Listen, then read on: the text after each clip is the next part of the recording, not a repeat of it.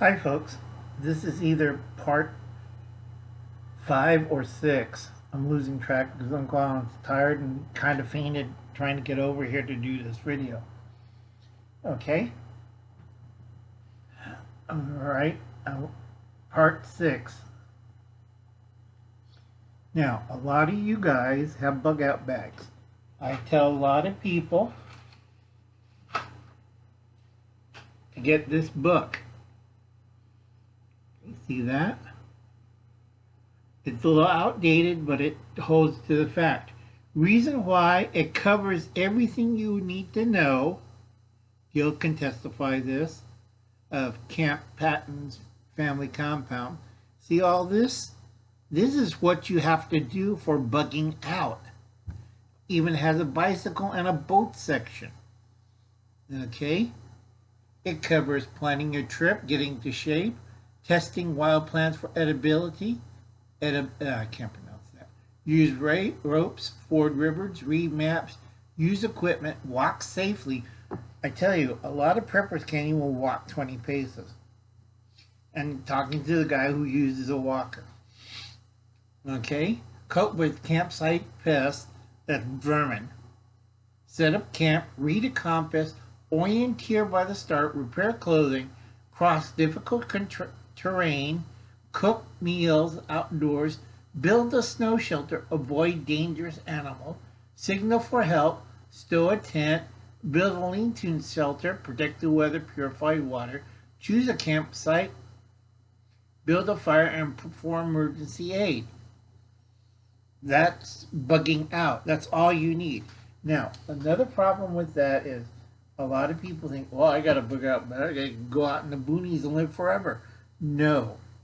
It's a limited time. 3 days to a maximum of 2 weeks.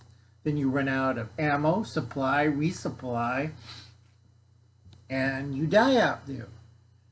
Out of that, only 99.90 go down 0.5% will survive because they have the skill and know-how of the area. Most of you do not. I do warn people this. You do not have the skill. So if you go out there, chances are you're going to die within the first month. Something's going to happen. You're going to die, and they're going to find your little bones up in the mountains, like we find this one fool up there, ex-Navy, trained, former pilot, found mummified in his little tent because he got stuck in a box canyon and couldn't get out. All right? They found his body and found his survival equipment. He died. Starved to death. Okay? You got to know what you're doing. And I'm not kidding about this. Another thing is, if you're doing bugging in or bugging out, and if you use blankets, okay, you need a waterproof shell out on the outside, which is basically a rubberized tarp. This is why Uncle Alan studies old camping tricks and Civil War tactics, because a lot of people don't really understand camping. Uncle Alan does, and Uncle Alan knows what's going on. Okay? I showed this on Gil's live stream. You want to have these.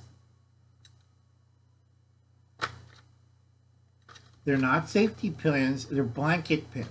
If you have to do bandaging or making a blanket, a wool blanket, into a fart sack or aka sleeping bag, you need these a lot. But people never understand what Uncle Alan thinks. Well, they never had that in the Civil War. They had string. Okay? All right. Another thing is, when you're traveling or bugging out, you have weight restriction. So I always recommend this book. If you're bugging out and camping outside and cooking, you got to know what the hell to cook. Now, problem with MREs and freeze-dried, they're for short-term use.